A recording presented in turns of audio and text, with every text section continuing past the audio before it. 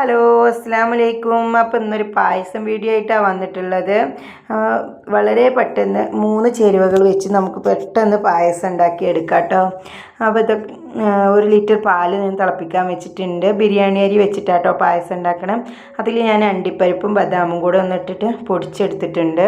അപ്പോൾ പാൽ തിളച്ച് വന്നപ്പോൾ ഞാനത് അതിലേക്ക് ഇട്ട് കൊടുത്തു. അതൊന്ന് വെന്ത് വരട്ടെ. അപ്പോൾ അതിന് നമുക്ക് അതിലിട്ട് കൊടുക്കാൻ വേണ്ടിയിട്ട് മുന്തിരി ഒന്ന് വറുത്തെടുക്കുക. കുറച്ച് മുന്തിരി എടുത്തിട്ട് വറുത്തെടുക്കുക കേട്ടോ. അപ്പോൾ മുന്തിരിയൊക്കെ നല്ല വരണ്ട് വരുന്നുണ്ട്.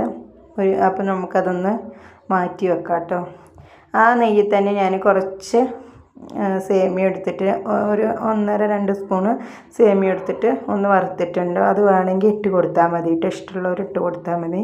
അപ്പോൾ ഞാൻ ഇട്ട് കൊടുക്കണുണ്ട്. അപ്പോൾ പഞ്ചസാര ഇട്ട് കൊടുക്കുക. പാകത്തിന് പഞ്ചസാര ഇട്ട് കൊടുക്കുക. നമ്മൾ മധുരം എല്ലാവർക്കും ഇഷ്ടം ഉണ്ടാവണമെന്നൊന്നുമില്ല. അപ്പോൾ അവനവൻ്റെ ഇഷ്ടം പോലെ ഇട്ട് കൊടുക്കുക. എന്നിട്ട് അതിലേക്ക് ഞാൻ പിഞ്ച് ഉപ്പിട്ട് കൊടുക്കുന്നുണ്ട്, മധുരം ബാലൻസ് ചെയ്യാൻ കേട്ടോ. നമ്മൾ വറുത്ത് കോരി വെച്ച മുന്തിരി ഇട്ട് കൊടുത്തിട്ടുണ്ട്. അപ്പോൾ ഇതാ നമ്മുടെ പായസം റെഡി ആയിട്ടുണ്ട് കേട്ടോ.